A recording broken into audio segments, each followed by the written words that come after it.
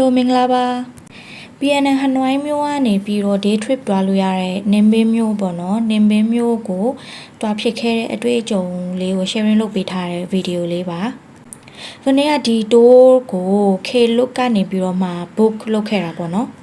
Klook မှာဒီနင်ပင်းနဲ့ပတ်သက်ပြီးတော့တိုးလန်းကြောင်းတွေအများကြီးရှိရယ်အဲဒီကမှဟောင်လူတမ်ကော့မိုဝါ cave တိုးကိုရွေးဖြစ်ခဲ့တယ်ပေါ့နော်အခုရောက်နေတဲ့နေရာကတော့ဟောင်လူဆိုတဲ့နေရာလေးပါသူကတော့ဗီယက်နမ်နိုင်ငံရဲ့ရှေးဟောင်းမြို့တော်ကြီးပေါ့နော် Asian Capital လို့ပြောကြတယ်ကျွန်တော်ဆိုနင်းတို့ကဒီဟောင်လူမြို့တဲ့က temple ကြီးတစ်ခုစီကိုရောက်နေတာပေါ့နော်ဗီယက်နမ်ရဲ့ပထမဆုံးရှေးဟောင်းမြို့တော်ဟောင်းဆိုတော့လာလေတဲ့လူလည်းအများကြီးပဲပေါ့နော်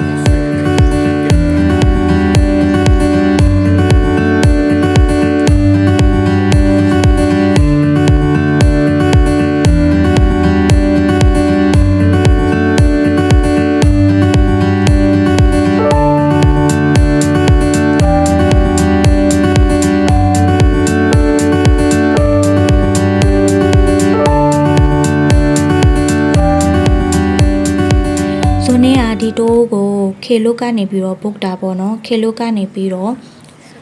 တခါတည်းငွေချေလိုက်တယ်ဘတ်နဲ့ပဲချေလိုက်တယ်ပေါ့နော်တခါတည်း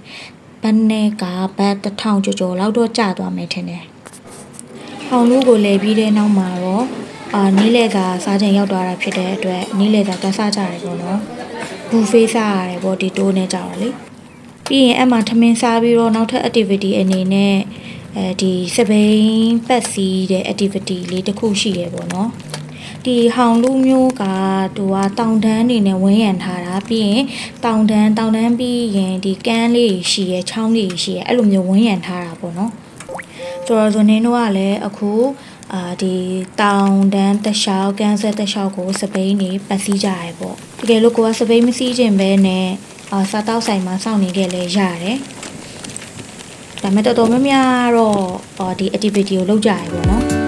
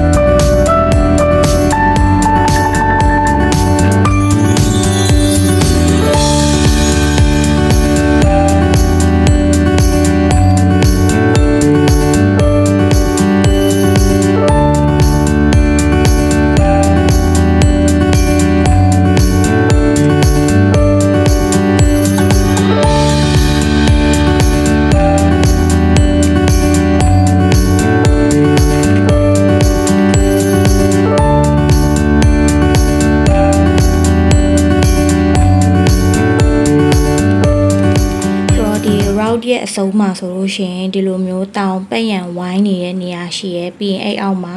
ရေကန်ကြီးလို့ချောင်းစိတ်တစ်ခုရှိရဲပေါ့နော်ဆိုတော့ view point လို့ပြောလို့ရတယ်အဲ့မှာအားလုံးဆင်းပြီးတော့ဓာတ်ပုံလေးပါလေးရိုက်ကြတယ်ပြီးရင်တော့လာရလမ်းကြောင်းအတိုင်းပဲပြန်ပြီးတော့ restaurant ဘက်ကိုပြန်ပြီးတော့မှမောင်းပြန်ကြတယ်ပေါ့နော်ဟောင်လူစီတီကနေပြီးတော့နောက်တစ်ဆင့်တမ်ကော့လှေစီးရတဲ့နေရာကိုသွားကြမယ်ပေါ့နော်ဒီ bus station ကနေပြီးတော့လှေစီးတဲ့စိတ်ကမ်းစီကို shuttle bus တွေစီစဉ်ပေးထားပါတယ်ဒီလှေစီးတဲ့ experience ကသူကအတွားကိုနိုင်ဝက်အပြန်နိုင်ဝက်လောက်တော့ကြာတယ်ပေါ့နော်သူကဂူ3ခုကိုဖြတ်ပြီးတော့မှတွားပေးမှာ view လဲလှတယ်ဆိုလို့ဇွန်နင်းကဒီ Tamcock လမ်းကြောင်းကိုရွေးခဲ့တာပေါ့နော်ဒီကြားထဲမှာ Tamcock လမ်းကြောင်းမဟုတ်ဘဲနဲ့တခြားနေရာတွေစီကိုတွားလို့ရတဲ့တိုးလမ်းကြောင်းတွေလည်းရှိတယ်အခုဒါဆိုရင်ဇွန်နင်းတို့စိတ်ကမ်းကိုရောက်နေပြီစားထွက်နေပြီပေါ့နော်သူကဆက်ထွက်ချင်းမှာပဲဒီတောင်တွေနဲ့ဝိုင်းရံထားတဲ့အခါကျတော့ဒီတောင်တန်းတွေကိုမြင်ရတဲ့ view ကတော့တော်တော်လေးတော့ကောင်းတယ်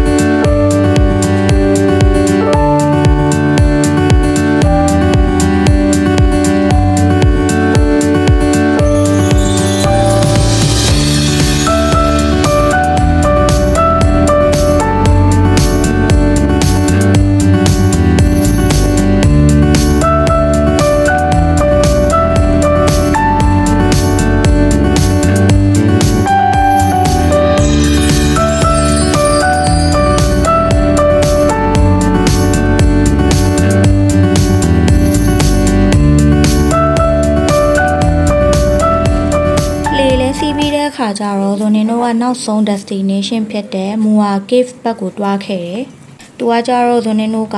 ဒီတောင်ထိပ်ကိုတက်ရတာပေါ့နော်။တောင်ထိပ်ကိုတက်ဖို့ကိုအတက်မှာ step 900ရှိရယ်။ပြန်အဆင်းကိုနောက်ထပ် step 900 total step 1000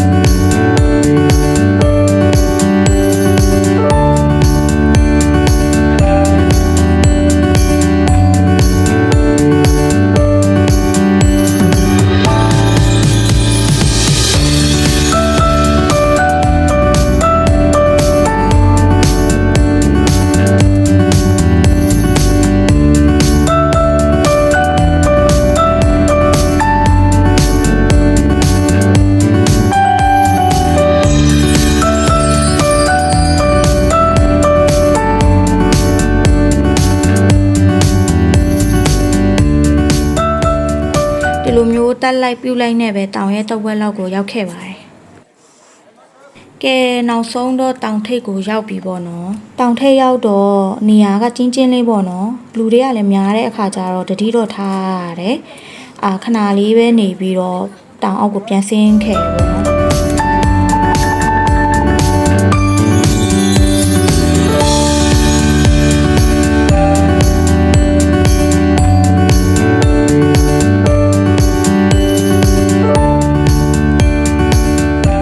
ဟုတ်ကဲ့နင်းပင်ဒေတိုလေးကတော့ဒီလောက်ပါပဲရှင်။